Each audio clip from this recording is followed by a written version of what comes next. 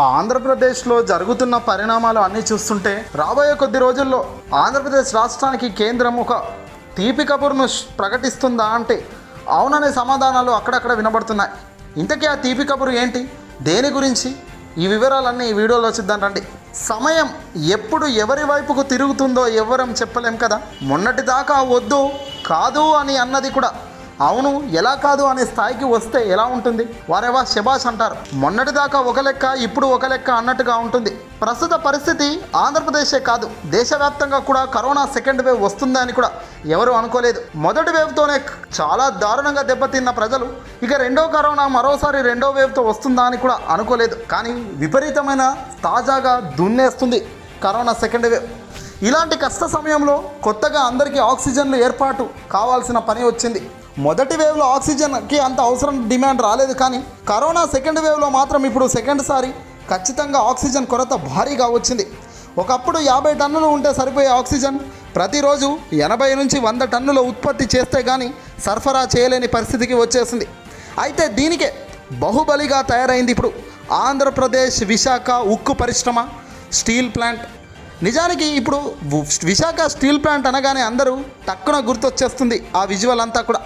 ఎందుకంటే ప్రైవేటీకరణ చేస్తాము అంటూ కేంద్రం ఎప్పుడైతే ప్రకటన చేసిందో అప్పటి నుంచి విశాఖ ఉక్కు పరిశ్రమపై ఆంధ్రప్రదేశ్ వ్యాప్తంగా చాలా ఆరోపణలు, గందరగోళాలు, రోడ్ నిరసనలు ఎన్నెన్నో చూసాం.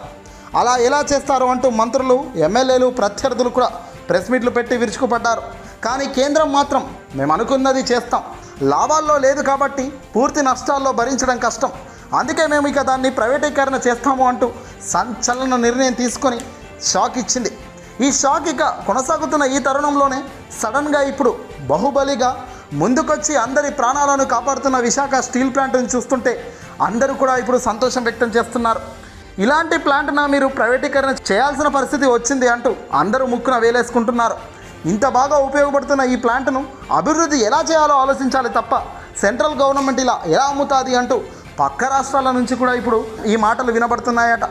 ఎట్టకేలకు ఇక పక్కకు మాట్లాడుతున్నారో ఎక్కడ మాట్లాడుతున్నారో తెలియదు, కానీ కేంద్రం మాత్రం విశాఖ ఉక్కు పరిశ్రమపై ఆంధ్రప్రదేశ్ ప్రజలకు భారీ తీపి కబురే రాబోయే రోజుల్లో ఇస్తుంది అనడంలో సందేహమే లేదు.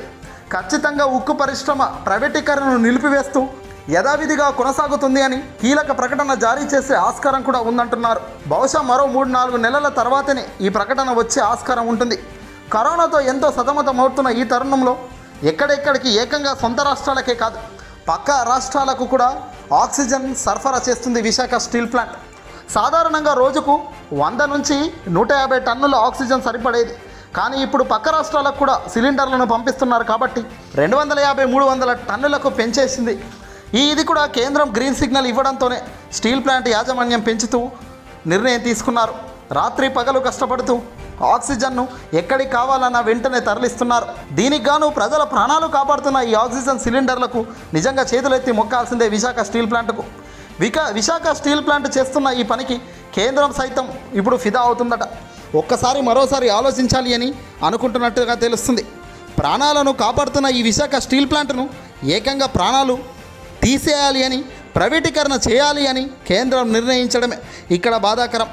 దేవుడు దయతో ఈ నిర్ణయాన్ని ఖచ్చితంగా కేంద్రం వెనక్కు తీసుకోవాలి అని, యథావిధిగా ఇప్పుడు కొనసాగుతున్న విధానాన్ని అమలు చేయాలి అని, దానికి తోడు కేంద్ర సహాయ సహకారాలు అందిస్తే చాలని కూడా చాలామంది అంటున్నారు. ఇప్పుడు మరి ఎలాంటి నిర్ణయం తీసుకుంటుందో తెలియదు, కానీ రాబోయే రోజుల్లో మాత్రం మంచి తీపి కబురు మాత్రం అందుతుంది అంటున్నారు.